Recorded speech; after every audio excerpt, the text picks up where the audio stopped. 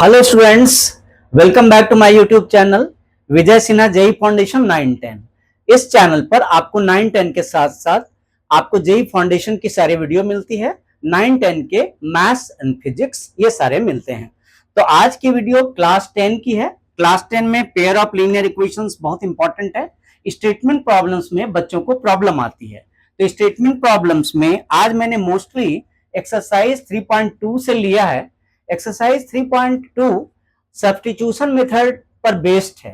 वैसे मैं आपको एक चीज क्लियर कर दूं कि जब एग्जाम में कोई स्टेटमेंट प्रॉब्लम आती है तो आप अपने किसी मेथड से कर सकते हो, आपकी मर्जी। आप सब्स्टिट्यूशन से कर सकते हो, आप एलिमिनेशन से कर सकते हो, unless it is specifically mentioned. कभी कभी मेंशन होती है कि solve it by elimination, solve it by substitution, लेकिन मोस्टली 98% केस में स्टेटमेंट प्रॉब्लम में मेथड नहीं लिखी होती है। तो आज क्योंकि मैंने एक्सरसाइज 3.2 लिया है और बुक पर सब्स्टिट्यूशन मेथड है, तो आज के लिए मैं क्वेश्चंस को सब्स्टिट्यूशन मेथड से सॉल्व कर दूंगा। और नेक्स्ट वीडियो जो मैं लाऊंगा एक्सरसाइज 3.3 का, उसमें एनसीईआरटी में एलिमिनेशन मेथड बोला गया है, तो मैं एलिमिनेशन से कर रहा हूं। एक बार फिर से क्लियर कर दूं कि एग्जाम में स्टेटमेंट प्रॉब्लम अगर मेथड मेंशन नहीं हो तो आपको जो इजी लगे, सब्स्टिट्यूशन इजी लगे तो सब्स्टिट्यूशन से बना लो, एलिमिनेशन इजी लगे तो एलिमिनेशन से बना लो। वीडियो शुरू करता हूं, फटाफट, टाइम लॉस नहीं करता हूं। आप लोग चैनल को सब्सक्राइब कर लो, बहुत ही वैल्यूबल चैनल होने वाली है जेई फाउंडेशन और साथ साथ 9-10 की सारी मैथ्स एंड फिजिक्स।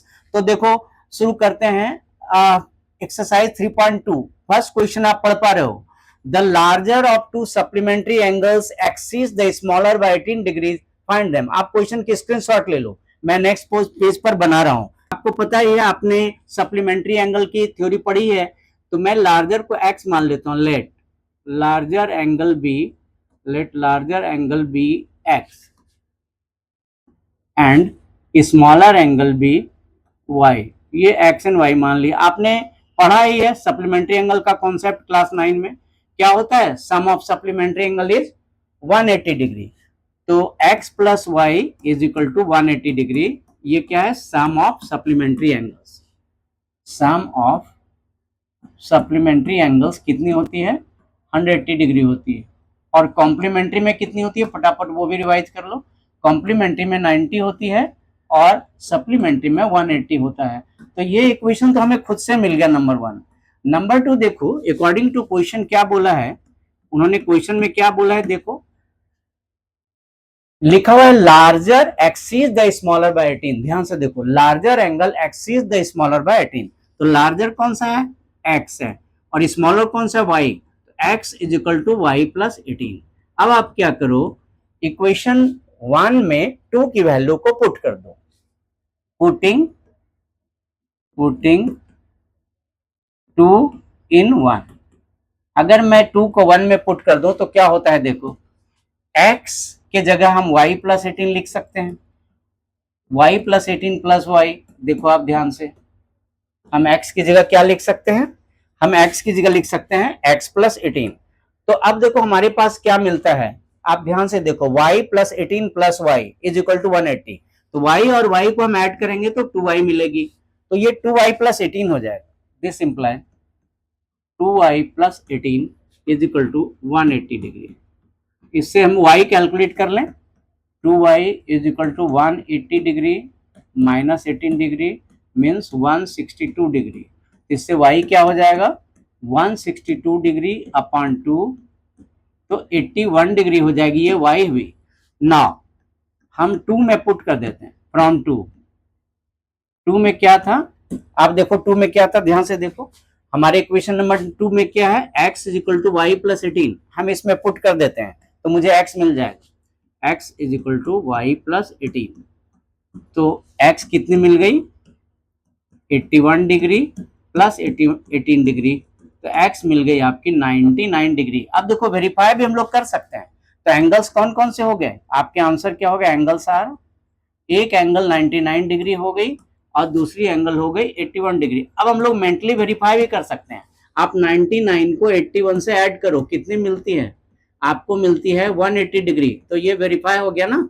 देखो 180 डिग्री मिल गया, तो ये वेरीफाई हो गया, क्योंकि सप्लीमेंट्री एंगल का सम कितना होना चाहिए 180 डिग्री। तो आप मेंटली एग्जाम में कर लिया करो वेरिफिकेशन, अच्छा होता है। होप करता हूँ फर्स्ट क्वेश्चन आपकी बिल्कुल क्लियर हो गई, लेकिन फिर भी अगर किसी भी तरह की डाउट हो तो कमेंट सेक्शन में लिखो, मैं ध्यान रखूंगा आपको किस तरह की रिक्वायरमेंट है। नेक्स्ट क्वेश्चन, अभी तक जिनको वीडियो अच्छी लग रही है, कॉन्सेप्ट क्लियर है, लाइक करते जाओ, शेयर करते जाओ और कमेंट में कुछ लिखो। नेक्स्ट क्वेश्चन पढ़ो, the taxi charges in a city consist of a fixed charge together with the charge for the distance covered.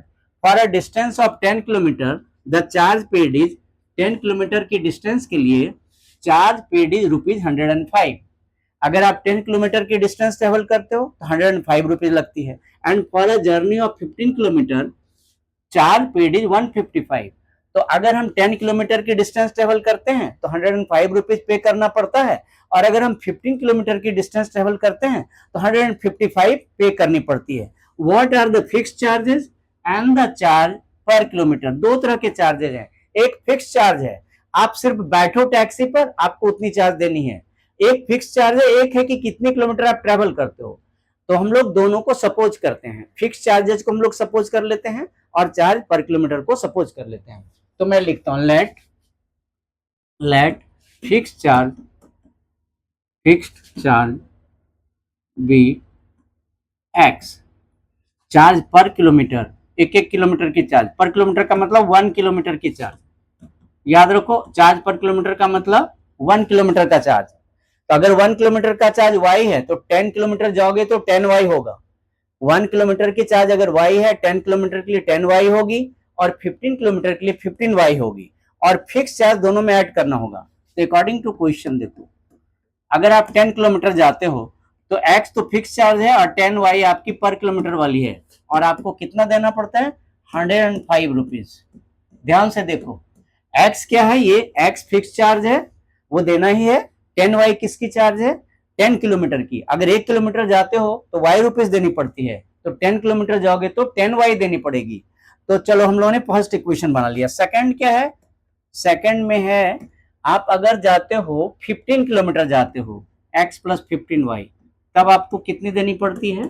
x plus 15y, फिर आपको देनी पड़ती है ₹155। चलो ₹155 देनी पड़ती है। अब हम इसे सब्स्टिट्यूशन से ही सॉल्व कर रहे हैं, क्योंकि इस एक्सरसाइज में सब्स्टिट्यूशन नहीं है एनसीईआरटी में, तो मैं सब्स्टिट्यूशन से ही कर रहा हूं। आप किसी मेथड से एग्जाम में कर सकते हो, मार्क्स नहीं कटते अगर मेथड मेंशन नहीं है तो। अब देखो नेक्स्ट वीडियो में मैं एलिमिनेशन बता दूंगा, स्टेटमेंट प्रॉब्लम। अब देखो यहां से हम लोग सॉल्व करते हैं। अब एलिमिनेशन नहीं लगा रहा हूं, मैं सब्स्टिट्यूशन लगा रहा हूं। तो मैं क्या करता हूं, आप स्क्रीन शॉट ले लो, मैं नेक्स्ट पेज पर जा रहा हूं, स्क्रीन शॉट ले लो। तो देखो फ्रॉम वन क्या था बोलो? x प्लस 10y कितनी थी हमारी? x plus 10y equal to 105 था। तो इससे x क्या मिल जाएगी बोलो? x की वैल्यू मिल जाएगी 105 माइनस 10y। मैं इसको इक्वेशन नंबर 3 बोल देता हूँ, इसको मैं क्या बोल देता हूँ? Equation number 3।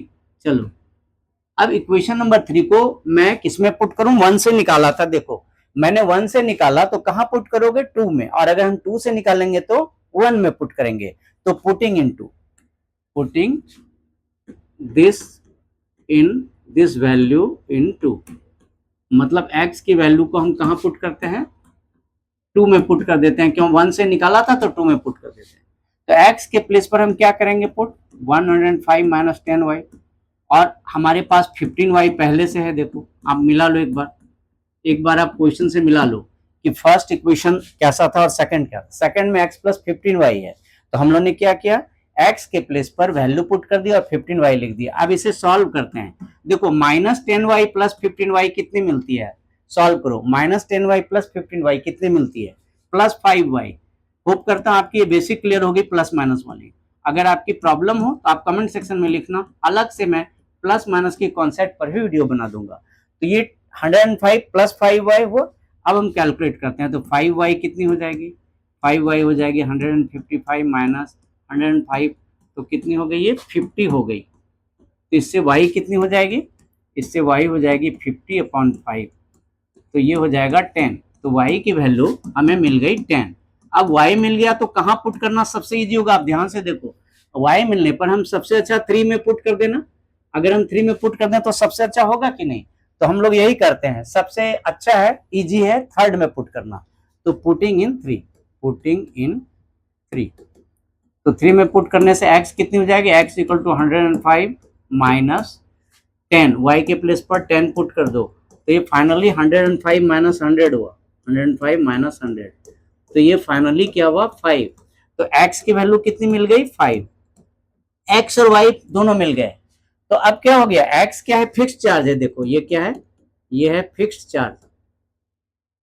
फिक्स्ड चार्ज कितनी हो गई ₹5, ये आपको देने हैं, ₹5 आपको देना ही देना है। और y इक्वल टू 10 का मतलब क्या हो गया, charge per kilometre, y equal to 10 का मतलब क्या हुआ, चार्ज पर किलोमीटर, ये हो गई ₹10।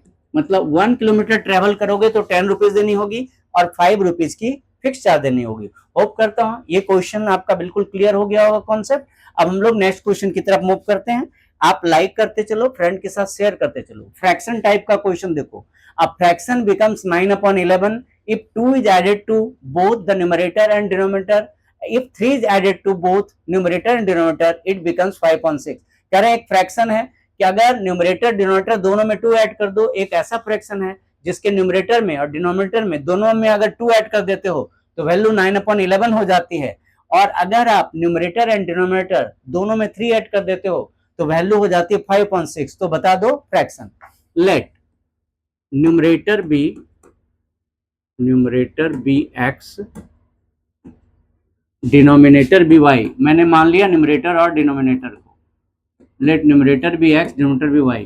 तो देयरफॉर फ्रैक्शन क्या हो जाएगा, x अपॉन y।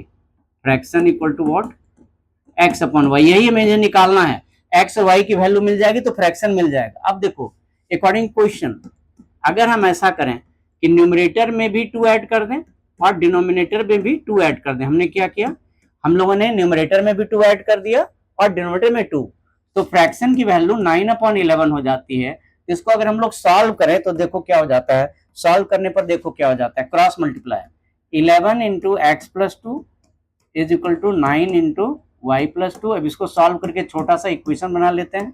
तो 11x plus 22 is equal to 9y plus 18। इसको सॉल्व करते हैं थोड़ा सा, तो देखते हैं सॉल्व करके कैसा होता है। तो मैं 9y को इधर लाऊं, 11x माइनस 9y 18 माइनस 22, तो हमारा फाइनल क्या बनता है, हमारा फाइनल इक्वेशन बनता है ये equation number 1, 11x minus 9y is equal to -4। ये हमारा इक्वेशन नंबर 1 बनता है। अब हम इक्वेशन नंबर 2 की तरफ मूव करते हैं। देखो फर्स्ट को आप चेक कर लो कैसे बना। मैंने न्यूमरेटर और डिनोमिनेटर दोनों में 2 ऐड कर दिया तो फ्रैक्शन की वैल्यू बदल गई, उसको सॉल्व कर दिया तो हमारा ये इक्वेशन बन गया। अब हम लोग दूसरा करते हैं। अब न्यूमरेटर और डिनोमिनेटर दोनों में 3 ऐड कर दो, न्यूमरेटर और डिनोमिनेटर दोनों में 3 ऐड करो। नाउ अगर हम ऐसा करें कि न्यूमरेटर में भी 3 ऐड करें और डिनोमिनेटर में भी 3 ऐड करें तो क्या बन जाता है फ्रैक्शन। अब हमारा फ्रैक्शन हो जाता है 5/6। अब हमारा फ्रैक्शन 5/6। तो इसको सॉल्व किया जाए तो देखो क्या होता है, 6 times x plus 3 is equal to 5 times y plus 3। अब इसको थोड़ा सॉल्व करें, कैलकुलेट करें तो क्या होता है, 6x plus 18 is equal to 5y plus 15। इसको थोड़ा सा सॉल्व करके इजी कर लेते हैं, 6x minus 5y is equal to 15 minus 18। तो देयरफॉर हमारा जो दूसरा इक्वेशन बना 6x minus 5y is equal to -3, ये हमारा इक्वेशन नंबर 2 बना। अब क्या करेंगे, दोनों इक्वेशन को सॉल्व करके हम x और y की वैल्यू निकालेंगे। तो अब देखो 1 हमारा क्या था, 1 मेरा था 11x minus 9y is equal to -4। लिख लेता हूँ 11x। अब हमारे पास 11x minus 9y is equal to कितना है, आप नोट करो, -4 है। ये फर्स्ट इक्वेशन है और ये हमारा सेकंड है। नाउ दोनों इक्वेशन को एक ही जगह नोट कर लो, अच्छा रहेगा। 6x minus 5y is equal to -3। एक बार आप रीचेक कर लो, होप करता हूँ स्क्रीनशॉट लिया होगा। 11x माइनस 9y इज -4, ये चेक कर लेते हैं और दूसरा भी। तो अब क्या करते हैं, किसी एक से x और y निकालो, x या y किसी एक से निकालो, दूसरे में पुट कर दो। तो मैं फ्रॉम 1 करता हूँ, फ्रॉम 1 x निकाल लेता हूँ। 11x इज इक्वल टू क्या हो गया, -4 प्लस 9y। तो therefore x is equal to क्या हो गई, कभी कभी एलिमिनेशन ही इजी होती है, सब्स्टिट्यूशन ही टफ हो जाता है, लेकिन आज मैंने अपने को सब्स्टिट्यूशन में रिस्ट्रिक्ट कर लिया दो पर्पज से। एक तो एनसीईआरटी में सब्स्टिट्यूशन से ये चैप्टर है, दूसरा कि आपकी एक सब्स्टिट्यूशन की प्रैक्टिस भी हो जाएगी। अगर एग्जाम में सब्स्टिट्यूशन पूछते हैं तो आपकी प्रैक्टिस अच्छी हो जाएगी। तो ये एक्स की वैल्यू निकल आई 3 को मैं पुट कर दूंगा 2 में, पुटिंग 3 इंटू। तो देखो जब पुट करूंगा तो क्या होता है, तो 2 में x की जगह क्या पुट करूंगा, -4 प्लस 9y अपॉन 11, ये x की जगह -5y इज इक्वल टू -3। अब इसको हम सॉल्व कर लेते हैं। देखो ये होता है -24 plus 54y minus 55y is equal to -3 into 11 तो -33। यहाँ मैंने एक स्टेप काट लिया है, मैंने एक एलसीएम वाली स्टेप को काट लिया है। तो -24 प्लस 54y 11 5 जा 55 और ये -33 हो। अब मैं इसको सॉल्व करके देखता हूँ कितना होता है। तो ये होता है -24, ये होता है -y इज इक्वल टू -33। तो इससे हम लोग y निकाल लें, तो हम लोग इसमें y निकालते हैं। मैं इसी पेज पर निकाल लेता हूँ, इस पेज थोड़ा शॉर्ट पड़ गया, तो इससे y निकालते हैं। तो y की वैल्यू कितनी हो जाती है, अगर मैं दूसरी साइड ले जाऊं तो y की वैल्यू हमारी हो जाती है 33 में से 24 माइनस करोगे तो 9 हो जाती है, y की वैल्यू 9 हो गई। अब अगर हम y की वैल्यू को x में पुट कर दें, किसमें सबसे इजी है, ये देखो सबसे इजी ये वाला थर्ड है। तो फ्रॉम 3 क्या हो जाएगा, देखो फ्रॉम 3 x की वैल्यू कितनी मिल जाएगी, बोलो फ्रॉम 3 x कितनी मिल जाएगी। अगर मैं y पुट कर दूं तो x की वैल्यू मिल जाएगी हमारी, देखो y -9 पुट किया तो 9 9 जा 81, 77/11 मैं डायरेक्ट वैल्यू लिख दी है, स्पेस कम है तो मैंने पुट करके जो y की वैल्यू है 3 में पुट कर दिया तो x मिल गई। तो देयरफॉर फ्रैक्शन क्या हो गया, x अपॉन y। फ्रैक्शन हमारी क्या हो गई, बोलो फ्रैक्शन हमारा हो गया x अपॉन y, यानी 7/9, ये हमारी फ्रैक्शन हो गई, आंसर हो गया।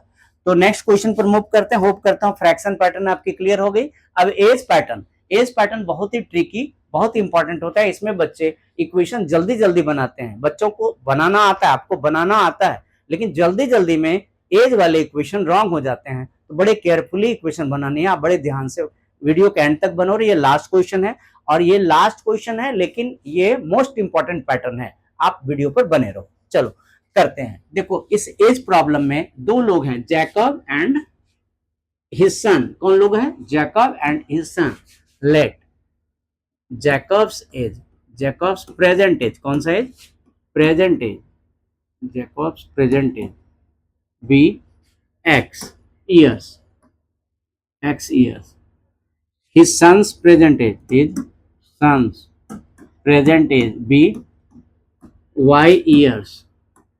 तो अकॉर्डिंग टू क्वेश्चन क्या है, अगर मैं देखूं 5 years hence, 5 years hence का मतलब आफ्टर 5 ईयर, 5 ईयर हैंस का मतलब क्या होता है, आफ्टर 5 ईयर। ध्यान रखना आपको कि 5 ईयर हैंस की मतलब मीनिंग होती है after 5 year. 5 year hence means after 5 years. तो आफ्टर 5 ईयर्स दोनों के एज लिखो एक बार, आफ्टर 5 ईयर्स दोनों के एज लिखो। जैकब्स एज कितनी हो जाएगी, बोलो जैकब की प्रेजेंट एक्स है, आफ्टर 5 ईयर्स जैकब्स क्या हो जाएगी, x प्लस 5 ईयर्स हो जाएगा। और फिर मैं हिज सन्स लिखता हूँ, सन की कितनी हो जाएगी 5 ईयर्स के बाद, his sons age y plus 5 हो जाएगी। आप ध्यान से देखो, दोनों के एज लिख लिए नए वाले। 5 ईयर्स के बाद जैकब की एज हो गई x प्लस 5 और सन की एज हो गई y प्लस 5। अब अकॉर्डिंग क्वेश्चन क्या बोला उन्होंने, जैकब कितने टाइम हो जाएगा सन का, Jacob will be 3 times his son. तो Jacob is equal to 3 into son. तो अब मैं दोनों के एज लिख दूं, जिससे कि एक इक्वेशन बन जाएगा हमारा। तो देखो जैकब क्या था, जैकब है x प्लस 5 और सन कितनी है y प्लस 5। अब मैं सॉल्व करता हूँ इसको, तो सॉल्व करने पर होता है x plus 5 is equal to 3y plus 15। तो हमारा क्या हो जाता है, देयरफॉर हमारा एक इक्वेशन बन जाता है x minus 3y is equal to 10। अब इसका यूज करेंगे हम लोग बाद में सब्स्टिट्यूशन में, एलिमिनेशन से भी आप कर सकते हो, अभी मैं सब्स्टिट्यूशन से करवा दूंगा। तो ये हमारा फर्स्ट इक्वेशन बना। क्या है कि अगर हम देखें 7 टाइम्स कब होता है, 5 ईयर्स अगो, 5 ईयर्स अगो मतलब पहले, 5 ईयर्स पहले। तो जैकब्स एज कितनी है, बोलो 5 ईयर्स पहले जैकब्स एज x माइनस 5 है, और हिज सन्स एज कितनी होगी, 5 ईयर्स पहले हिज सन्स एज होगी y-5। तो अकॉर्डिंग क्वेश्चन क्या है, जैकब कितनी टाइम्स थे, Jacob was 7 times his son. Question लिखा है Jacob was 7 times his son, तो Jacob is equal to 7 into son, 7 into son. तो जरा मैं सॉल्व करूं वैल्यू लगा के, जैकब x-5 सन y-5, इसको सॉल्व कर लिया जाए तो x-5 is equal to 7y-35, transpose कर लेते हैं तो x-7y बिकम्स -30। ये मैंने माइनस प्लस शो नहीं किया अभी, राइट टू लेफ्ट ट्रांसपोज, -5 को हम राइट ले जाते हैं, -5 को मैं राइट ले जा रहा हूँ तो -35 प्लस 5 बिकम्स -30 और 7y को लेफ्ट लाता हूँ। हमारे पास अब दो इक्वेशन हो गए, पहले फर्स्ट इक्वेशन आप देखो क्या था और सेकंड क्या मिला। तो हमारे पास फर्स्ट ये वाली थी, कौन सी थी, फर्स्ट x-3y इक्वल टू 10 और सेकंड x-7y इक्वल टू -30। तो पहले वाले से x निकाल देता हूँ फ्रॉम 1, मैं x की वैल्यू निकाल देता हूँ फ्रॉम 1, क्या होगा x equal to 10 plus 3y, इसको मैं 3 बोल देता हूँ, पुटिंग 3 इंटू, अगर मैं 3 को 2 में पुट करूं तो देखो क्या होता है, x के प्लेस पर 10 प्लस 3y लिख दो 2 में और 7y इज इक्वल टू -30। क्या किया, 1 से x की वैल्यू निकाला और 2 में पुट कर दिया। तो सॉल्व करके देखते हैं क्या होता है। ये होता है 10 minus 4y is equal to -30। तो क्या होता है, -4y की वैल्यू कितनी हो जाएगी, -4y -30 -10, तो क्या हुआ, -4y की वैल्यू कितनी हो गई, -4y इज -40, तो y कितनी हो जाएगी, -40 अपॉन -10। तो काट कर माइनस माइनस कट के 10 4 जा, तो y की वैल्यू हो गई 4। अब हम क्या करते हैं, ये जो y की वैल्यू मिली इसको हम इस x में पुट कर देते हैं तो x निकल आएगा। देखो तो हम क्या करते हैं, जो y की वैल्यू है उसे मैं x में पुट कर देता हूँ, तो y की वैल्यू को कहाँ पुट करूंगा, 3 में, तो फ्रॉम 3, अगर मैं y की वैल्यू को 3 में पुट करूं तो x कितनी मिलेगी, 10 प्लस 3y, मतलब 10 प्लस 3 इंटू 4, तो 10 प्लस 12, तो यानी 22। तो दोनों के एज का पता चल गया। अगर 5 ईयर्स पहले देखो, 5 ईयर्स आफ्टर देखो तो 27 और 9 हो जाता है। अगर 5 ईयर्स आफ्टर देखो तो 27 और 9 तो 3 टाइम्स हो जाता है, तो वेरीफाई भी हो गया।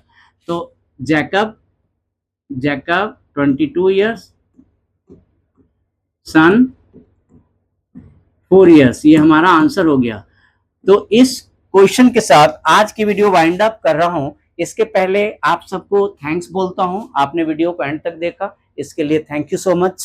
आप वीडियो को लाइक करो, अपने फ्रेंड्स के साथ शेयर करो, चैनल को सब्सक्राइब करके रखो। इसी चैनल पर 9, 10 मैथ्स एंड साइंस, फिजिक्स ही नहीं, मैथ्स एंड पूरी साइंस मिलेगी, फिजिक्स केमिस्ट्री सब कुछ, और जेई फाउंडेशन की वीडियो मिलेगी। सी यू सून, थैंक यू।